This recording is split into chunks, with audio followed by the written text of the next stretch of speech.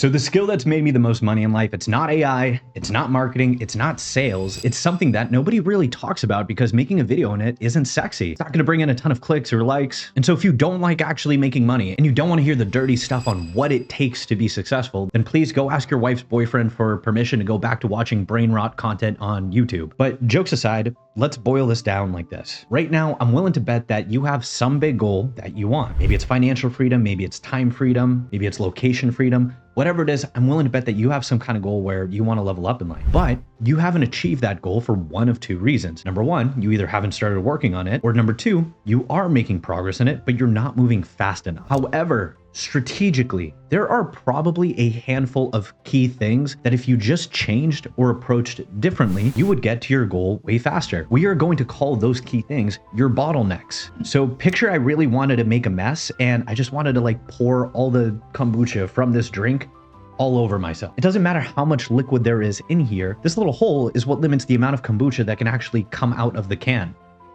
I'm gonna ask my editor to put like one of those classic Coca-Cola bottles here on the screen, but it's the exact same thing there, where the neck of the bottle is what limits how much liquid can escape. Doesn't matter how big the rest of the bottle is, the bottleneck is the limiting factor. Both in life and in business, you deal with bottlenecks. And you can have all of the skills, all of the tools, all of the knowledge, but your results in life and your output is always going to be limited by your bottleneck, your narrowest point, the weakest link in your chain. But here's the issue. It's that bottlenecks create a two-part problem. First, they're really hard to identify. And then second, when you do identify them, fixing them is not straightforward. Typically, there's a big sacrifice that needs to be made in order to eliminate the bottleneck. And so let me break down both. The reason identifying your bottleneck is harder than it sounds is because one, we don't know what we don't know. The bottleneck might be a blind spot that you've never even considered before. And then two, our egos are built to protect us. It's hard to believe that we are the problem.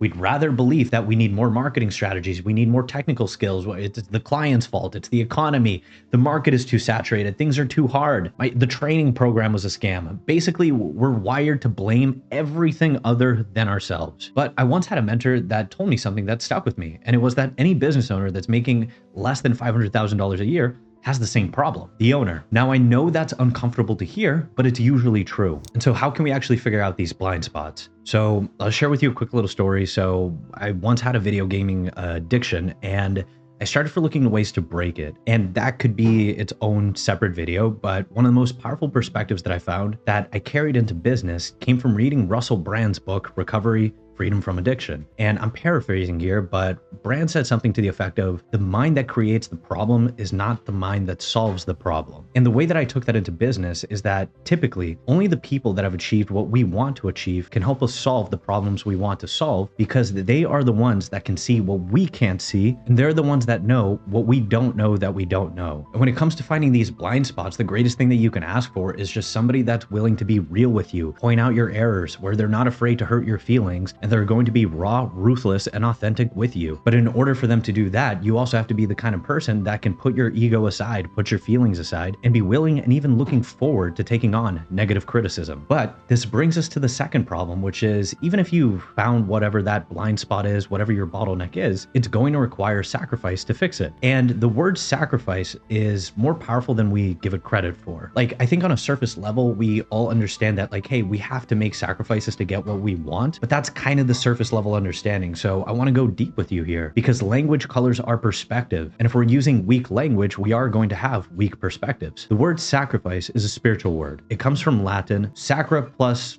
facere, and I don't speak Latin, so I hope I said that right.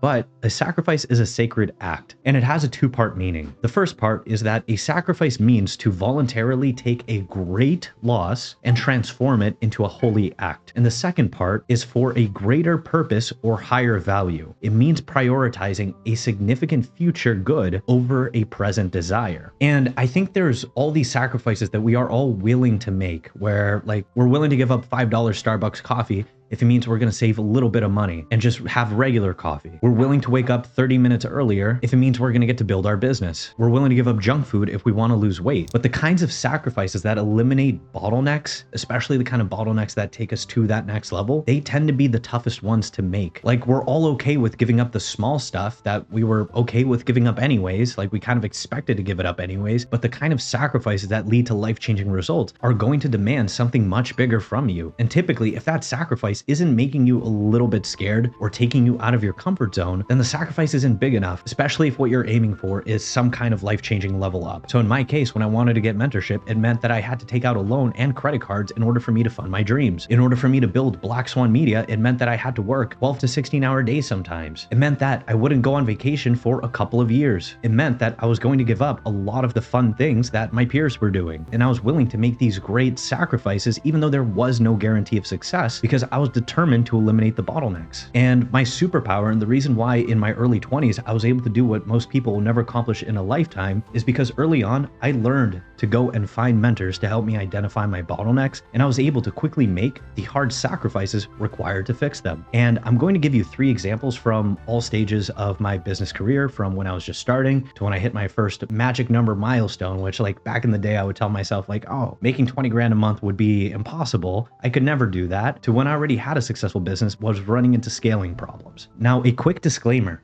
For me, I have solved every bottleneck in my business by leveraging either money or debt to pay for help. And since I'm sharing what's worked for me personally, you are going to notice that as a theme. But just because that's what worked for me doesn't necessarily mean it's going to work for you. So with that said, let me take you back to when I was still searching for that online business that was going to be a hit. So when I first started thinking about building a business, I did it by watching YouTube videos, and I was buying courses left and right. And every video that I watched, every course that I went through, I felt like I was learning something, but I found myself in the situation where I had this constant feeling like, oh, I'm getting closer, I'm growing. But after about 3 years, I had nothing to really show for all the knowledge that I was picking up. In fact, after 3 years, I had about 6 failed businesses. And every time I would go into a new idea, it kind of just felt like I had enough to just start, but not make it all the way through. It felt like I was missing structure, a clear direction, a blueprint. It felt like I didn't have something that I felt confident committing to. And in my heart of hearts, I kind of already knew what I needed to do. Like, I had been to so many online money-making conferences,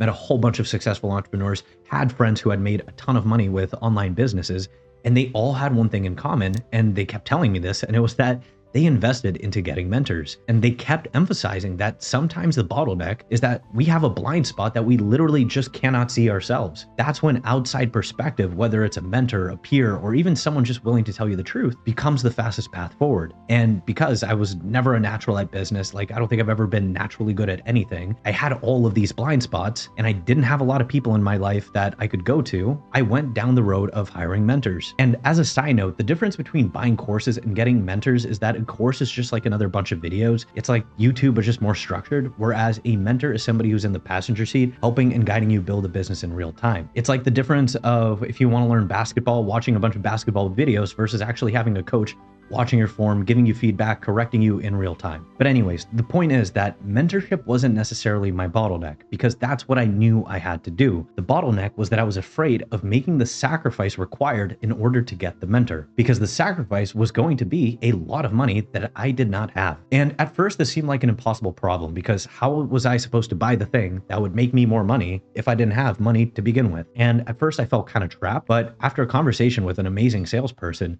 I realized that this was not a chicken or the egg type of problem where you don't know what comes first. Do you get mentorship first and then you make a bunch of money, or do you make a bunch of money and then you can afford mentorship? The fact that I didn't have money to invest in a mentorship, that had to come from somewhere, right? It was a symptom of a greater problem, but it was not the problem itself. The reason I wasn't making money was because I didn't have a mentor providing me with the structure and a blueprint that I could just clearly follow. So the wrong strategic action would be to focus on the symptom and to let the symptom stop me from dealing with the core problem. And to put it in an easier way to understand, like, imagine you're horribly sick, but you refuse to go to the doctors because you had a terrible headache, right? It wouldn't make sense. You can't let the headache stop you from getting medical help. Point being is that if I never found a way to get the help that I needed to make more money, I would never learn how to make more money. And so this changed the problem that I was trying to solve for, where I knew I wanted to get a mentor, but I had to figure out, how do I come up with the funds to get a mentor? And that was the big sacrifice that I was trying to avoid, because in order to do that, I had to go get credit cards and bank loans. And was it scary? Yes. Was there a guarantee that it would work? Absolutely not. But I wasn't making my decisions from a place of fear or emotion. I was making the decisions based on what logically made the most sense. And what made the most sense was to eliminate the bottleneck, get the help that I needed, fix my cash flow issues, and then I could continue getting mentors whenever I needed help. And so I fixed that bottleneck. 6 months later, I had gone from making $4,000 a month to $20,000 a month. But the important part here isn't the get mentorship part, it's the underlying framework that matters. Now, pay attention here because I'm going to take a profound and complex topic and try to boil it down into a 1 to 2 minute explanation. What's important is that I started to change the pattern of the stories that I was telling myself. The pattern of the stories that I would tell myself. I used to tell myself, oh, I can't make the sacrifice required to get to the next level because of X, Y, or Z. I don't have the money. I don't have the time. I don't have the experience. And that's where my story would end. But what I realized is that if I really wanted to, I could solve any bottleneck or problem. Yes, my excuses were real, but the solutions were just as real. It was just a matter of whether I was willing to make the uncomfortable sacrifices that were necessary or not. Was I going to stay in my comfort zone listening to my excuses, or was I going to be the kind of person that could step outside their comfort zone to execute on the solutions, knowing that the solutions would feel uncomfortable? And another quote from a mentor that stuck with me from that time is that we don't live up to our goals. Instead, we fall to our standards. And so if we are living with a standard where it's okay for the story to stop with an excuse, then of course we're not going to level up in life or in business. We're going to constantly be limited by that bottleneck. But we have another choice, and it's we can live by a standard where when there's a problem, we're going to find a way to solve it, and it will most likely mean making an uncomfortable sacrifice. But it does mean a path forward. Now, your bottlenecks are going to be different than mine, but I'm willing to bet that the solution to get you to the next level is going to require an uncomfortable sacrifice because that's what's required every time. And the quicker you can make those sacrifices, the quicker you're going to reach the next level, whatever that next level is for you. Now, another bottleneck example. Soon after having financial success, I found myself in this weird situation where I was making $20,000 a month, but I was also working 60 hours a week. And to me, that felt somewhat pointless because what does it matter if you're making good money, but you don't have the time to enjoy it? And that hasn't happened once, that's happened multiple times throughout my business journey where like income goes up, but time goes down. And I've solved it the same way, but I'm telling you this story from early on because it really stuck with me and was scaring me because I knew so many online entrepreneurs that were kind of stuck in this rat race of just working way too much and not having time to enjoy life. And I didn't want to end up stuck as one of them. And so I identified the bottleneck. It was me. I was the bottleneck. I had to get myself out of the business so it could grow. And the solution that I knew I needed was I had to find other guys that had scaled marketing agencies to see how did they start delegating tasks? How did they automate their business? How did they operationalize things? How did they hire? And the problem was that I was already so busy, so overwhelmed that I didn't know how I was going to find the time to go through another course, another program, or another mentorship, and then have the time to implement everything. But when I really thought about it, again, this was not a chicken or the egg type problem. I knew what I had to do first. I had to find the time to go through the program and implement what I learned, because if I didn't, I would stay stuck. And so I bought programs from a couple of people. First was Ryan Stewart, who had an agency operations course called Webris. And then Billy Jean, I don't know the name of his course or program, but he also had a great one on agency operations. And so then came the time to make the sacrifice where I had to audit and figure out like, where am I wasting time? Where can I find the time? Where can I create time? And so I started by looking at my phone usage logs, which all phones have them. And lo and behold, I was spending around 1.5 to 2 hours a day between social media and YouTube. So I cut that out, and I was spending way too much time on other things that I could outsource, like cooking food. So I started to DoorDash, like cleaning. So I got a robot vacuum, and then just basic tasks in the marketing company. And so I started to hire more staff. On top of that, I started to sleep a little less and work a little bit more. But the point is that the story that I used to tell myself was that I didn't have time to go through another course, to automate the business. There was no way that I could clone myself and start adding on employees that could do what I could do. And I changed that story to where there's a will, there's a way. And if you're willing to put your mind to solving a problem, then there's always going to be a solution. Nice. The solution is never going to be fun, but that's the price. That's the sacrifice. And the payoff was that in a few weeks, I completed the course and was able to automate most of my business. And a few months later, I was able to go nomadic and start traveling the world and enjoying passive income from it. Now, last quick example that I want to give you is from 2025. And it was, first I ran into this unexpected situation where I wasn't closing any deals across all of my companies, all my projects. And there's this stretch where I had 27 sales calls in a row and I did not close a single one. And this took me by surprise. It came out of nowhere. And it wasn't like I changed the way that I was doing closing. It didn't change my lead vendors, didn't change my marketing or anything like that. But as soon as I ran into this problem, and you could say I should have recognized it earlier, like going 0 for 27 is a little ridiculous. But as soon as I recognized it as a bottleneck and one that I wanted to fix ASAP, I went out and I found a sales trainer. I got on a call with them, explained them the situation. They said they could fix it, and they were expecting to need an hour to close me, but 15 minutes in, I'm giving the guy $8,000. And by the way, even though I've invested multiple six figures into mentors and my education and masterminds, to this day, I still get nerves and I still get scared when making those large transactions. But the learning lesson there is that the fear never really goes away. It's just you become a braver person and you become a stronger person. And so you're able to make decisions despite the fear. It's not about making the fear go away. It's about being able to move forward despite the fear. But anyways, within 2 weeks, I started closing at around a 60% rate. And then I ran into the same situation again, but this time with a sales team that I hired, where we were having all of these ups and downs and hitting these rough patches. And so I repeated the process. I paid another sales trainer. 10 minutes into our phone call, I'm giving the guy $10,000 in order to go train my team. And within a week, my team doubled their closing rate. Problem solved. And the point of me sharing this with you is not to go out and just buy trainers and get education every time you run into a bottleneck, although that is literally my approach to problems and what I found works for me. But the point is that as entrepreneurs, no matter what stage you're in, you will consistently run into bottleneck after bottleneck after bottleneck.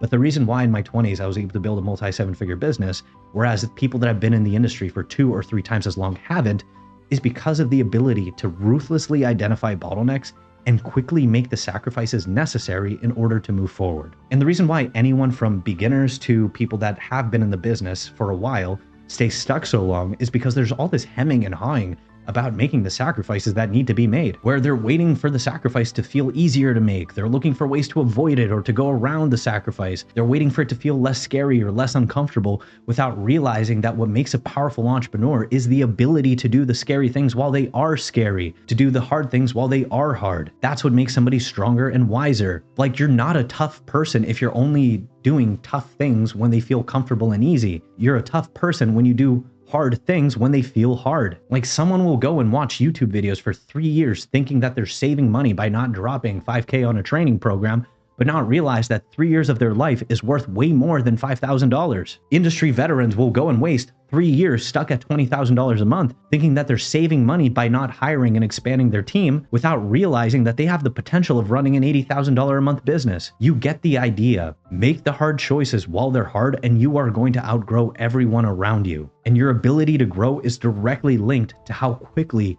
you can make the sacrifices required. And so how do you apply this? I'm gonna give you 3 questions to ask yourself, where number 1, what's the one thing that if fixed would make everything else easier or unnecessary? Number 2, where are you avoiding discomfort? That's usually where your bottleneck is hiding. And then number 3, what decision are you delaying because the sacrifice feels too big? The bottleneck is usually the thing you least want to look at. Every time I've leveled up in business or in life, it's coming from finding the bottlenecks and being willing to do what it takes to fix them.